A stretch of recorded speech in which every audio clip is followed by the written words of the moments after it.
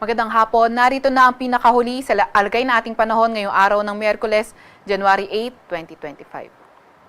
Inaasahan nga natin ngayong araw na itong shear line patuloy pa rin makakaapekto sa silangang bahagi ng Southern Luzon at Northeast Monsoon o amihan yung nakakaapekto sa Northern at Central Luzon. Asahan nga natin itong shear line. Yung shear line ay salubungan ng malamig at mainit na hangin. Asahan nga natin na ito ay magdadala ng maulap na papawirin, mga kalat-kalat na pag-ulan at pulu-pulong mga thunderstorm sa Visayas, Bicol Region, Mimaropa, Quezon, Dinagat Islands at Surigao del Norte. Northeast Monsoon naman o amihan yung magdadala ng maulap na papawirin na may mga ulan sa Cagayan Valley, Cordillera Administrative Region at Central Luzon. Kaya yung ating mga kababayan, lalo na noong mga inuulan ng mga nakaraang araw pa, ay pinag-iingat sa mga banta ng pagbaha o hindi kaya pagguho ng lupa. Mas magandang panahon sa nalalabing bahagi ng bansa kung saan inaasahan nga natin na posible yung may hinang pag-ulan sa Metro Manila and the rest of Luzon at sa nalalabing bahagi ng bansa, mga tsansa